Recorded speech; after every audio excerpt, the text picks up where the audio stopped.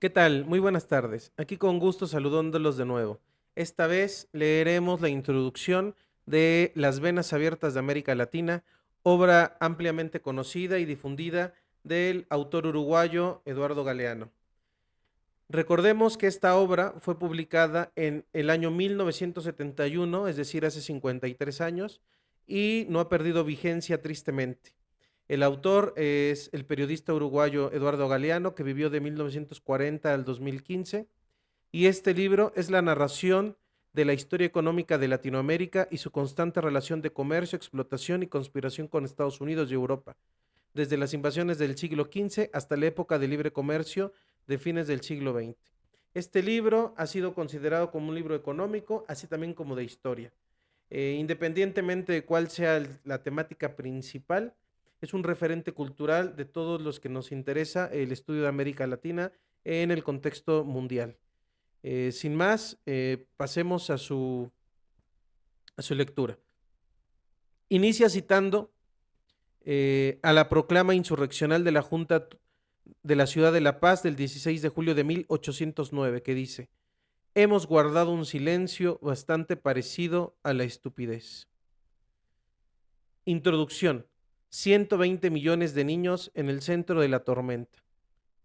La División Internacional del Trabajo consiste en que unos países se especializan en ganar y otros en perder. Nuestra comarca del mundo, que hoy llamamos América Latina, fue precoz.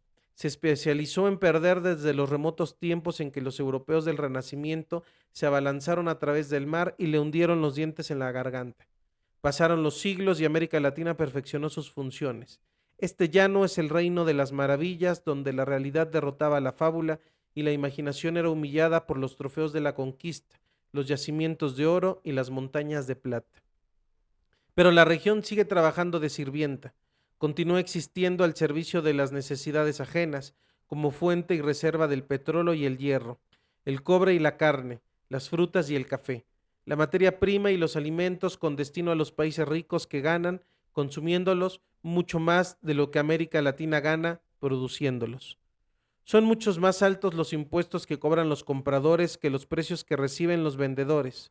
Y al fin y al cabo, como declaró en julio de 1968 Covite Oliver, coordinador de la Alianza para el Progreso, hablar de precios justos en la actualidad es un concepto medieval. Estamos en plena época de la libre comercialización. Cuanta más libertad se otorga a los negocios, más cárceles se hace necesario construir para quienes padecen los negocios. Nuestros sistemas de inquisidores y verdugos no solo fueron para el mercado externo dominante, proporcionan también caudalosos manantiales de ganancias que fluyen de los empréstitos y las inversiones extranjeras en los mercados internos dominados. Se ha oído hablar de concesiones hechas por América Latina al capital extranjero, pero no de concesiones hechas por los Estados Unidos al capital de otros países. Es que nosotros no damos concesiones, advertía allá por 1913 el presidente norteamericano Woodrow Wilson. Él estaba seguro. Un país, decía, es poseído y dominado por el capital que en él se haya invertido. Y tenía razón. Por el camino hasta perdimos el derecho de llamarnos americano, aunque los haitianos y los cubanos ya habían asomado a la historia como pueblos nuevos un siglo antes de que los peregrinos del Mayflower se establecieran en las costas de Plymouth. Ahora América es para el mundo nada más que los Estados Unidos. Nosotros habitamos a lo sumo una subamérica, una América de segunda clase, de nebulosa identificación. Es América Latina la región de las venas abiertas. Desde el descubrimiento hasta nuestros días, todo se ha transmutado siempre en capital europeo o más tarde norteamericano, y como tal se ha acumulado y se acumula en los lejanos centros de poder. Todo, la tierra, sus frutos y sus profundidades ricas en minerales, los hombres y su capacidad de trabajo y de consumo, los recursos naturales y los recursos humanos. El modo de producción y la estructura de clases de cada lugar han sido sucesivamente determinados desde fuera por su incorporación al engranaje universal del capitalismo. A cada cual se le ha asignado una función, siempre en beneficio del desarrollo de la metrópoli extranjera de turno, y se ha hecho infinitas las cadenas de las dependencias sucesivas, que tienen mucho más de 2 eslabones y que, por cierto, también comprende, dentro de América Latina, la opresión de los países pequeños por sus vecinos mayores y fronteras adentro de cada país, la explotación que las grandes ciudades y los puertos ejercen sobre sus fuentes internas de víveres y manos de obra. Hace 4 siglos ya habían nacido 16 de las 20 ciudades latinoamericanas más pobladas de la actualidad. Para quienes conciben la historia como una competencia, el atraso y la miseria de América Latina no son otra cosa que el resultado de su fracaso. Perdimos, otros ganaron. Pero ocurre que quienes ganaron, ganaron gracias a que nosotros perdimos. La historia del subdesarrollo de América Latina integra, como se ha dicho, la historia del desarrollo del capitalismo mundial. Nuestra derrota estuvo siempre implícita en la victoria ajena. Nuestra riqueza ha generado siempre nuestra pobreza para alimentar la prosperidad de otros. Los imperios y sus caporales nativos. En la alquimia colonial y neocolonial, el oro se transfigura en chatarra y los alimentos se convierten en veneno. Potosí, Zacatecas y Ouro Preto cayeron en picada desde las cumbres de los esplendores de los metales preciosos al profundo agujero de los socavones vacíos. Y la ruina fue el destino de la pampa chilena del salitre y de la selva amazónica del caucho. El nordeste azucarero de Brasil, los bosques argentinos del Quebracho o ciertos puertos petroleros del lago de Maracaibo. Tienen dolorosas razones para creer en la mortalidad de las fortunas que la naturaleza otorga y que el imperialismo usurpa. La lluvia que irriga a los centros del poder imperialista ahoga los vastos suburbios del sistema. Del mismo modo y simétricamente, el bienestar de nuestras clases dominantes hacia adentro, dominadas desde fuera, es la maldición de nuestras multitudes condenadas a una vida de bestias de carga. La brecha se extiende. Hacia mediados del siglo anterior, el nivel de vida de los países ricos del mundo excedía en un 50% el nivel de los países pobres. El desarrollo desarrolla la desigualdad. Richard Nixon anunció, en abril de 1969, en su discurso ante la OEA, que a fines del siglo XX el ingreso per cápita en Estados Unidos será 15 veces más alto que el ingreso en América Latina.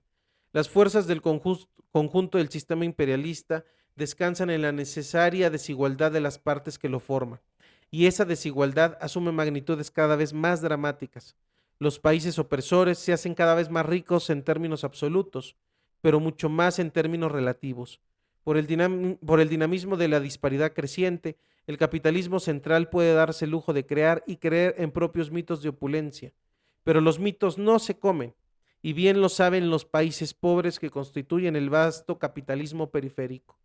El ingreso promedio de un ciudadano norteamericano es 7 veces mayor que el de un latinoamericano y aumenta a un ritmo de 10 veces más intenso. Y los promedios engañan. Por los insondables abismos que se abren al sur del río Bravo entre los muchos pobres y los pocos ricos de la región, en la cúspide, en efecto, 6 millones de latinoamericanos acaparan, según las Naciones Unidas, el mismo ingreso que 140 millones de personas ubicadas en la base de la pirámide social. Hay 60 millones de campesinos cuya fortuna asciende a 25 centavos de dólar por día. En el otro extremo, los proxenetas de la desdicha se dan el lujo de acumular 5,000 millones de dólares en sus cuentas privadas de Suiza o Estados Unidos y derrochan en la ostentación y el lujo estéril, ofensa y desafío, y en las inversiones improductivas que constituyen nada más que la mitad de la inversión total. Los capitales que América Latina podría destinar a la reposición, ampliación y creación de fuentes de producción y trabajo, incorporadas desde siempre a la constelación del poder imperialista, nuestras clases dominantes no tienen el menor interés en averiguar si el patriotismo puede resultar más rentable que la traición, o si la mendicidad es la única forma posible de la política internacional. Se hipoteca la soberanía porque no hay otro camino. Las coartadas de la oligarquía confunden interesadamente la impotencia de una clase social con el presunto vacío de destino de cada nación. Josué de Castro declara: yo he recibido un premio internacional de la paz. Pienso que, infelizmente, no hay otra solución que la violencia para América Latina. 120 millones de niños se agitan en el centro de esta tormenta. La población de América Latina crece como ninguna otra. En medio siglo se triplicó con creces. Cada minuto muere un niño de enfermedad o de hambre, pero en el año 2000 habrá 650 millones de latinoamericanos y la mitad tendrá menos de 15 años de edad. Una bomba de tiempo. Entre los 280 millones de latinoamericanos hay, a fines de 1970, 50 millones de desocupados o subocupados y cerca de 100 millones de analfabetos. La mitad de los latinoamericanos vive apiñadas en viviendas insalubres. Los tres mayores mercados de América Latina, que son Argentina, Brasil y México, no alcanzan a igualar, sumados, la capacidad de consumo de Francia o de Alemania Occidental, aunque la población reunida de nuestros tres grandes excede largamente a la de cualquier país europeo. América Latina produce hoy día, en relación con la población, menos alimentos que antes de la última guerra mundial, y sus exportaciones per cápita han disminuido 3 veces, a precios constantes, desde la víspera de la crisis de 1929. El sistema es muy racional desde el punto de vista de sus dueños extranjeros y de nuestra burguesía de comisionistas, que han vendido el alma al diablo a un precio que hubiera avergonzado a Fausto. Pero el sistema es tan irracional para todos los demás que cuanto más se desarrolla, más agudiza sus desequilibrios y sus tensiones, sus contradicciones ardientes, hasta la industrialización, dependiente y tardía, que cómodamente coexiste con el latifundio y las estructuras de desigualdad. Contribuye a sembrar la desocupación en vez de ayudar a resolverla. Se extiende la pobreza y se concentra la riqueza en esta región que cuenta con inmensas regiones de brazos caídos que se multiplican sin descanso. Nuevas fábricas se instalan en los polos privilegiados del desarrollo, como San Pablo, Buenos Aires, Ciudad de México, pero menos mano de obra se necesita cada vez. El sistema no ha previsto esta pequeña molestia. Lo que sobra es gente, y la gente se reproduce. Se hace el amor con entusiasmo y sin precauciones. Cada vez queda más gente a la vera del camino, sin trabajo en el campo, donde el latifundio reina con sus gigantescos cereales, y sin trabajo en las ciudades, donde reinan las máquinas, el sistema vomita hombres. Las misiones norteamericanas esterilizan masivamente mujeres y siembran píldoras, diafragmas, espirales, preservativos y almanaques marcados, pero cosechan niños porfiadamente. Los niños latinoamericanos continúan naciendo, reivindicando su derecho natural a obtener un sitio bajo el sol en estas tierras espléndidas que podrían brindar a todos los que casi todos nos niegan. A principios de noviembre del 68, Richard Nixon comprobó en voz alta que la Alianza para el Progreso había cumplido 7 años de vida y, sin embargo, se habían agravado la desnutrición, la escasez de alimentos en América Latina. Pocos meses antes, en abril, George W. Ball escribía en la revista Life: por lo menos durante las próximas décadas, el descontento de las naciones más pobres no significará una amenaza de destrucción del mundo. Por vergonzoso que sea, el mundo ha vivido durante generaciones 2/3 pobre y 1/3 rico. Por injusto que sea, es limitado el poder de los países pobres. Ball había encabezado la delegación de los Estados Unidos a la primera conferencia de comercio y desarrollo en Ginebra, y había votado contra 9 de los 12 principios generales aprobados por la conferencia con el fin de aliviar las desventajas de los países subdesarrollados en el comercio internacional. Son secretas las matanzas de la miseria en América Latina. Cada año estallan silenciosamente, sin estrépito alguno, 3 bombas de Hiroshima sobre estos pueblos que tienen la costumbre de sufrir con los dientes apretados. Esta violencia sistemática no aparente, pero real, va en aumento. Sus crímenes no se difunden en la crónica roja, sino en las estadísticas de la FAO. Ball dice que la impunidad es todavía posible, porque los pobres no pueden desencadenar la guerra mundial. Pero el imperio se preocupa. Incapaz de multiplicar los panes, hace lo posible por suprimir a los comensales. Combata la pobreza, mate a un mendigo, garabateó un maestro del humor negro sobre el muro de la ciudad de La Paz. ¿Qué se proponen los herederos de Malthus sino matar a todos los próximos mendigos antes de que nazcan? Robert McNamara, el presidente del Banco Mundial, que había sido presidente de la Ford y secretario de Defensa, afirma que la explosión demográfica constituye el mayor obstáculo para el progreso de América Latina y anuncia que el Banco Mundial otorgará prioridad en sus préstamos a los países que apliquen planes para el control de la natalidad. McNamara comprueba con lástima que los cerebros de los pobres piensan un 25% menos y los tecnócratas del Banco Mundial, que ya nacieron, hacen zumbar las computadoras y generan complicadísimos trabalenguas sobre las ventajas de no nacer. Si un país en desarrollo que tiene una renta media per cápita de 150 a $200 anuales, logra reducir su fertilidad en un 50% en un periodo de 25 años, al cabo de 30 años su renta per cápita será superior, por lo menos, en un 40% al nivel que hubiera alcanzado de lo contrario, y 2 veces más elevada al cabo de 60 años. Asegura uno de los documentos del organismo. Se ha hecho célebre la frase de Lyndon Johnson que dice: $5 invertidos contra el crecimiento de la población son más eficientes que $100 invertidos en el crecimiento económico. Dwight Eisenhower pronosticó que si los habitantes de la Tierra seguían multiplicándose al mismo ritmo, no solo se agudizaría el peligro de la revolución, sino que, además, se produciría una degradación del nivel de vida de todos los pueblos, el nuestro inclusive, decía. Los Estados Unidos no sufren fronteras adentro. Los Estados Unidos no sufren fronteras adentro el problema de la explosión de la natalidad, pero se preocupan como nadie por difundir e imponer en los 4 puntos cardinales la planificación familiar.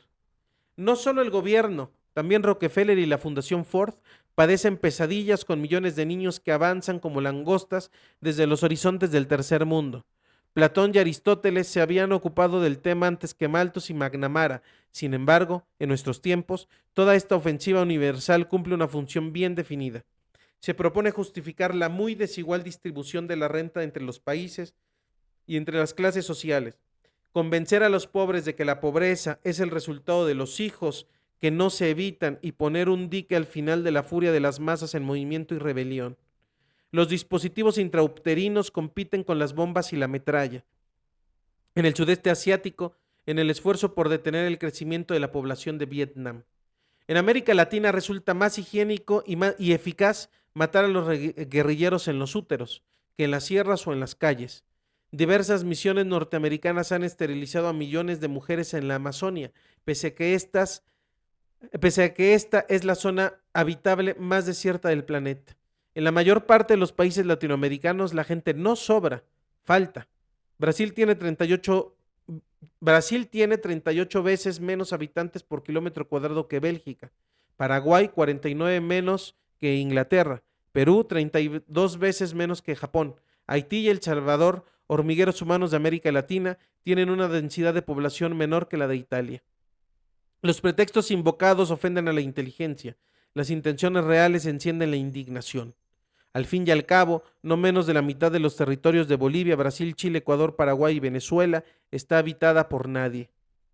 Ninguna población latinoamericana crece menos que la del Uruguay, país de viejos, y sin embargo, ninguna otra nación ha sido tan castigada en los años recientes por una crisis que parece arrastrarla al último círculo de los infiernos.